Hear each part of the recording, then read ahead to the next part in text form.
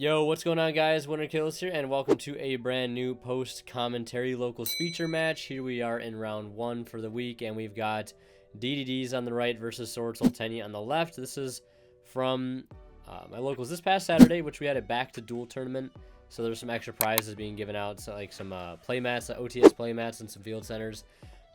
Unfortunately, the fourth and final round that I tried to record, I went over and checked the LCD screen on the camera, and there was a memory error, so the file got corrupted for the fourth and final round. But it's okay because I actually had some feature matches on my computer that I just forgot about and never edited, so I will have actually 7 feature matches probably going up over the course of the week to make up, for the one that'll be lost. I still have the first place profile though, so yeah. Either way, getting into it, we're gonna see Swordsoul lead here, going Mo Yi into Token, long in into Token, playing right into Nibiru here, but my man C Goody here does not fear the nib on game 1, which I feel like most Swordsoul players will kind of share that that sentiment, and I do too. As a former Swordsoul player, since going forward I will be playing exclusively Marincess. I'm really excited to show you guys the things that have been going on with that deck. Very excited. But I'll keep it on the DL for now. But either way, yeah, Nibiru is like such a soul-crushing card against the Swordsoul deck. And the draw 2 combo, if you try to go for it and they have Nibiru, you literally just like GG's. Like, you just actually just got FTK'd. Because you invest so much into the play. And you just go so minus. So, I don't know, sometimes I'm torn between, going for Baron turn 1 or going for Qixing here, or the Long Yin Sync, or whatever you want, or Sinister, whatever you want to call it. But I think game 1, if you're going to do it, is probably the best time to do it. I feel like Nibiru is, 50-50 main/side deck right now. Maybe 60-40, I don't know. What do you guys think? But it is definitely a threat. More so than it was pre-Hartford. I feel like YCS Hartford kind of displayed that Nibiru is a lot better this format than people think it is, especially with how represented Swordsoul actually is compared to, Despia, which we know that, it's not good against, obviously. But we're going to see our DDD player here fire off the Kepler. Will get negated by Qixing. Then he's going to go ahead and activate Griffin in hand to special summon it, and then he's going to go ahead and activate Sinister to go ahead and banish and burn 12. Putting him down to 5,600, which is kind of dangerous if you're the DDD deck because, it already burns itself so much as is. So losing 2,400 life points off the rip like that is kind of scary. But has arguably burned both interruptions here. Honestly, both known interruptions. I don't think Blackout was searched. It might have been searched. Wasn't paying attention, admittedly, but so Blackout could be an issue here. But, the 2, in quotes, known interruptions have been exhausted. I mean, the Qixing, the Sinister, you still kind of have to worry about. Yeah, and of course, there's the Blackout. You still have to worry about the Spell Trap Banish, which, I honestly probably would have maybe kept the Sinister and got rid of the Qixing. Because, Sinister still has the opportunity to negate, or, well, not negate, but banish, a contract or banish a scale. Which is really strong. He's going to go ahead and use Swirl Slime to go ahead and bring out the Ragnarok. Ragnarok effect will trigger to summon one from grave. It will get hit with an Imperm, and then it's just going to go ahead and basically, last resort, go into the Deus Ex Machina, or Machina X. And then, yeah, he just pretty much has everything here. Damage Step, Droplet, sending off Ghost Ogre and Snow Rabbit in the hand to go ahead and negate and have the attack of his opponent's Xyz monster, dropping it down to 1,500 in the damage step, so it will get destroyed. He'll take 1,300, putting him down to 43. And yeah, with pretty much every resource exhausted at this point, gonna be kind of tough for DDD to come back. But Swordsoul is a deck that can sometimes lack follow-up, but that's usually why you go for the draw 2 combo, so you have some semblance of follow-up in hand, especially if you're unable to search it, because a lot of times you really do have to search Blackout if you want to put up a formidable board. Otherwise, most of the time it's probably going to get blown through. But either way, we're going to see him go ahead and Normal summon Ash Blossom, activate Chi-Jiao, banishing the trap to negate the Ash, to trigger Blackout's banish effect to go ahead and summon a token, because, I mean, this turn, with the way things are, you're probably not going to need Chi-Jiao's effect to negate a monster at any point during the turn, and this is going to go ahead and allow Vessel to resolve here, which is really good. You can go ahead and dump Ashina, you add the Adara. Oh, actually, no, I was going to say, this is just a level 10 synchro play here, because he does not need the water Tenyi here, since a level 10 synchro play is available. And then you can go ahead and add the Adara, or add the Moe back off the Adara, and then synchro 10. He is Wormlock, so can not go for Baron, but we'll go for Changing, which is being boosted by a decent amount there, and that is just going to be enough for a game. And yeah, we'll see. Swords will take that one relatively easily. Winning die roll, yeah, you know, DDD is probably going to have a hard time getting through that, especially doesn't see any hand traps or going second cards. And quick reminder, as we get into game 2 here, to check out Imperium Duelist, link down in the description below, and also my discount code WinterKillsTonoff that you guys can always use to save 10% off your entire order at checkout, and support the channel in the process on all of their amazing binders, playmats, deck boxes, sleeves, etc., etc. So definitely check them out. The link below. And also don't forget to check out my affiliate link to TCG Player and the Coldest Water. If you guys shop and check out using those links, a small bit of the revenue from your purchase will go right back in the channel and helps out a ton. So yeah, seeing DDD take the play here, starting with the Dark Contract with the Witch King? No, not Witch King. Dark Contract with the Swamp. Dark Contract, Dark Contract with the Gate. That's what it is. For all of a sudden, I just could not remember it. Played the deck in the past, I should know this. Also, I guess speaking of DDD, really cool to see the deck getting some foil reprints in the new OTS. Really sucks that Kepler has not been confirmed as a super rare. Last I checked, there were still 2 unknown super rares in OTS 19. A lot of them very questionable, but at the same time, okay, right, whatever. But no Super Kepler. Super Diarch is very nice and definitely deserved. One of the OG fusions from way back in like 2016. Yeah, so game 2 here, we're gonna see something pretty insane happen. Using the effect of Divine King Rage, Zero Rage, or whatever. Rage, DDD Rage is what I'll just call him. Basically has an effect when it's on field. You contribute a monster and activate 1 of 3 effects. The effect here that he's using is to make it so his opponent cannot activate card effects in the hand or graveyard for the rest of the turn. So if he had any hand traps, he will not be able to use them after this point. So that card's either going to force out a hand trap, or it's going to, you know, make it so the rest of your combo can go uninterrupted. So she says he did get it out in the field very, very early. So you can go for the Gilgamesh, pay 1,000. Go ahead and scale Thomas and the Griffin. And then he's going to go ahead and Pendulum Summon 1. And then activating Griffin effect in the scale to go ahead and boost the Gilgamesh. And then Copernicus is going to add it back. And then he's going to go ahead and special summon the Griffin to go ahead and make a rank 4 into Caesar. Yeah, a lot of big brain combos here. I wish I knew a lot of these combos with DDD. I see the deck get played a lot, but I don't really know combos, you know, by heart. I usually know typically what the end board is. Typically, like, Mach X, Headhunt, rank 6. That's like the average board. If you open like above average, you could have like Siegfried on top of that, or Siegfried Baron, rank 6. Like, if you open up like super insane. But he's going to want a Marksman Tell, and since he took damage, he can go ahead and burn his opponent for 1,000 by negating his Gilgamesh, and then he's going to go ahead and link the Gilgamesh off and the Tell into a second Gilgamesh. This is basically just to get the Tell into the graveyard to trigger its effect. Go ahead and Foolish a DD monster or Dark Contract, and this can get him an extender like Necro Slime, which I think he may have already, or maybe I'm getting it confused with Caesar. But he will Foolish one. Okay, so I know one adds like a contract, the other sends. Pretty sure, yeah, Caesar definitely adds. And Tell sends.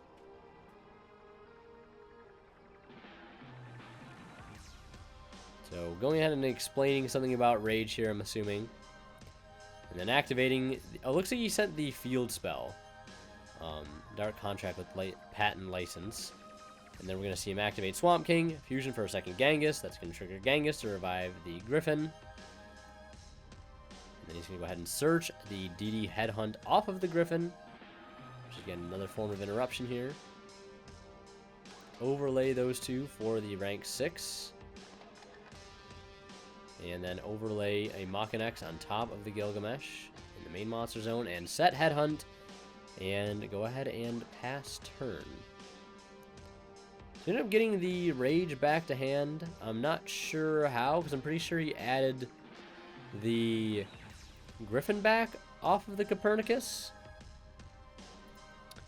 I feel like, again, I should know this, but I just want to go ahead and read Copernicus really fast. It says, during your main phase, you can add a face-up DD Pendulum monster from extra deck to your hand. Yes, I'm assuming that's how he got back the Griffin. Maybe there's some other effect I'm missing, but either way, we're going to go ahead and see our Swordsoul player lead with a Lightning Storm to clear a massive amount of spell and traps.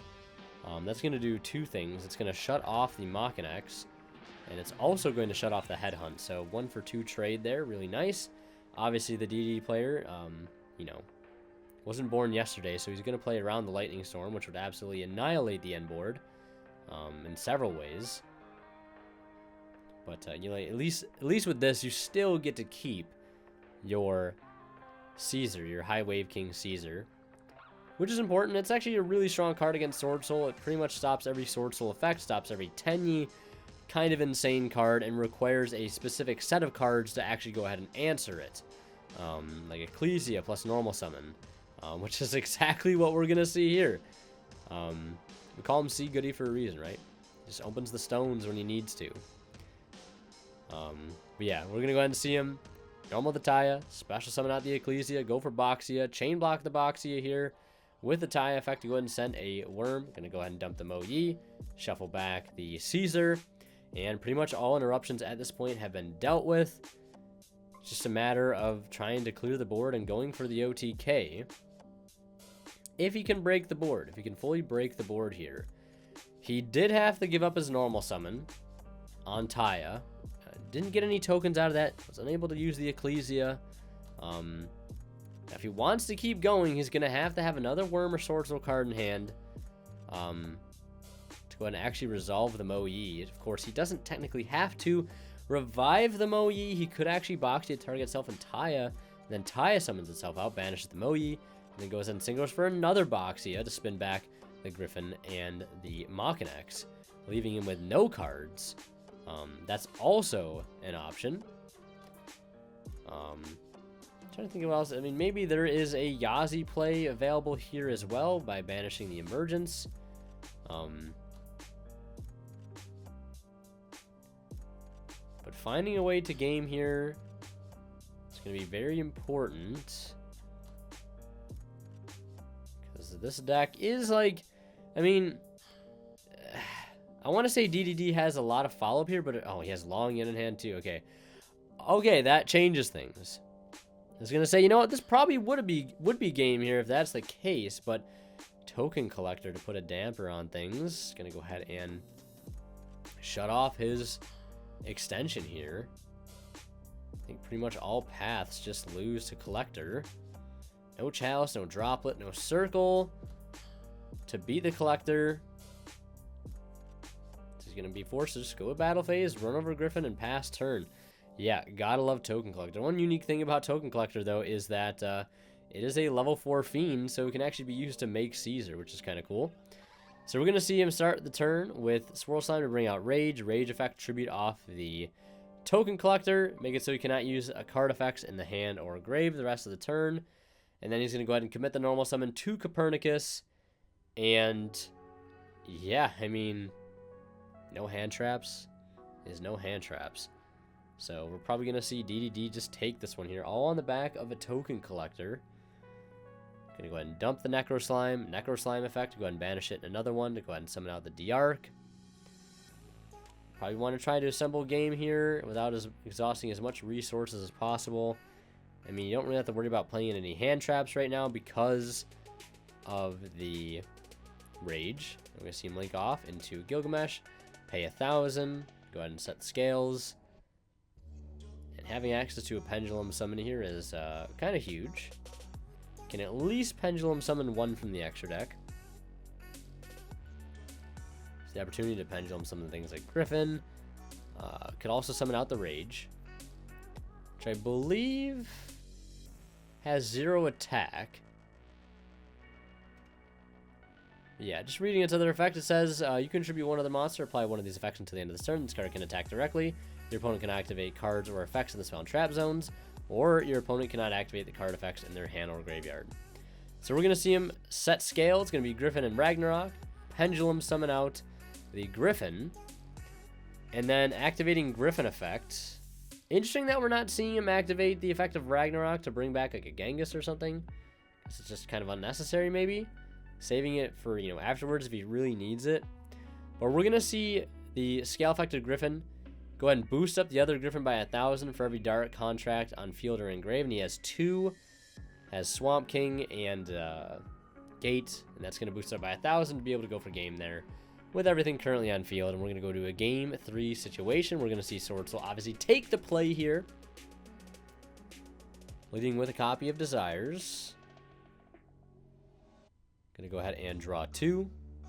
And we'll see how this end board is going to play out, how this turn's going to play out. Because typically when you see Swordsoul lead with something like Pot of Desires, it's one of 2 things. They're trying to bait Ash Blossom 100%, or their hand is just not great. If they have to lead with something like Desires, because typically you would want to hold that for later on in the combo so you can keep things like Blackout in the deck, or Shathana if you're playing it, especially if you have something like Circle in hand to be able to play around Collector and Imperm and things like that. But who knows, maybe the opening hand wasn't super strong and needed the Desires to kind of help it out to be able to get there. I do see Anti-Spell in the hand though. Unsure as whether that was drawn off the Desires or was hard opened, but either way, that's going to be a huge card to have here. And there is the Token Collector. Playing around it, though, to the best of his ability here, having Long Yun with the Ashina access. This is going to basically allow the Long Yun to eat the Collector, and then he's going to go ahead and use Ashina Engraved to go ahead and spec out Adara, and then go for Yazi. Be able to burn 12. He's going to go ahead and activate Adara to go ahead and add back the Ashina here to give himself sort of reveal fodder. The only unfortunate thing, though, I've known this from personal experience, especially at the Toronto Regional, this is something that comes up. I mean, it's like, if you can play around it, you should, but sometimes you just can't, I guess is what I'm trying to say. Like, leading Long Yun into Collector is not the best, just because, like, if you have Chalice, if you have, well, I guess, like, if you don't have the out, like, well, no, I guess if you have the out, it's like, because you want to save what I'm trying to say is you want to be able to save Long Yun for later in the combo, because Long Yun gives you a lot to do. It helps you make arguably your strongest boss monsters in your extra deck, your Supreme, your Sinister, right? Helps you do all of that, and having to sacrifice it very early in the combo does kind of make your end board a little underwhelming, does kind of make it harder to go for game. So a lot of times if you have a hand that can beat Collector, and you can start with a normal of Taya or Ecclesia or Moyu, whatever it may be, it's probably better to start with that. That way you have Long Yun sort of on the back burner to make really powerful plays later on, because now, you know, the search from Chi Xiao is a little less powerful now that Long Yun's not on the table as a card to potentially search. But, you know, sometimes you don't have the option, right? And sometimes you have to start with the Long Yun play to bait out the Collector. If they don't have the Collector, then good for you, right? You can keep going to something like Baron to play around Nib also. So we're going to see a standby phase anti-spell. So ending on Chi Xiao and the Berserker, not terrible here. I mean, the anti-spell is already just going to put a ton of work in to begin with. The Chi Xiao is going to be able to trade with any normal summon, like Kepler or Copernicus or Gilgamesh if he gets that far. And you also have to worry about Draco Berserker turning up in-hand extenders like Griffin, arguably one of the better in-hand extenders But he's going to normal summon the DD Cerberus. Attempt effect of DD Griffin in hand to go ahead and special summon itself out, but that will get banished by the Draco Berserker. Battle phase. He'll go just immediately swing over the Monk of the Tenyi. And he'll take 800 damage since I believe the Cerberus is at 18. Setting a card. Bluffing with the Imperm here, I would imagine. I mean, it's definitely a bluff, because if there was an Imperm, you probably would have Impermed the Draco Berserker, right? But yeah, it's just setting that contract so it can be used next turn. But then again, maybe notices his opponent is in a position where maybe he doesn't have the best follow-up. Based on what he searched off of the Chi Zhao, etc., etc. So you never know. But I mean, if that was a bluff Imperm, it's a weak bluff, just because like you feel like maybe they would have activated the Imperm on the Berserker, but then again, maybe you hold it to fully out the anti-spell and put them on, you know, OTK me next turn. So I can kind of see both sides. So he will swing in with everything, unable to, you know, push here into the field. I believe Vessel is in hand, or was a top deck, so Vessel's not going to be able to do much here, especially under the own anti-spell. And then we're going to see him pass play there. DDD leading with Kepler. And this is probably going to trade with the... No, it's not going to trade with the Chi Zhao. He's going to go ahead and let this resolve, because I guess you realize, like, okay, what are they going to get at this point that I really care about, especially under anti-spell? He's going to flip up the contract. He's not Imperm here. But Blackout is set, so he will go ahead and target the Chi Zhao. And yeah, that's going to do it. I mean, I probably would have targeted the Berserker there, just because if he has a way to Gilgamesh... I don't know if Gilgamesh can play Scales under anti-spell. But either way, we're going to see Swordsoul take it there 2-1. If you guys want to see more of my content, click on one of the videos popping up on the bottom of the screen right now. And last but not least, a huge shout out goes to our Divine Level channel members, who are Tweeter0226, Pony Start, Cadillac84, Justin Lamb, and HCH Cyber. Thank you guys so much as always for extremely kind and generous support of the channel.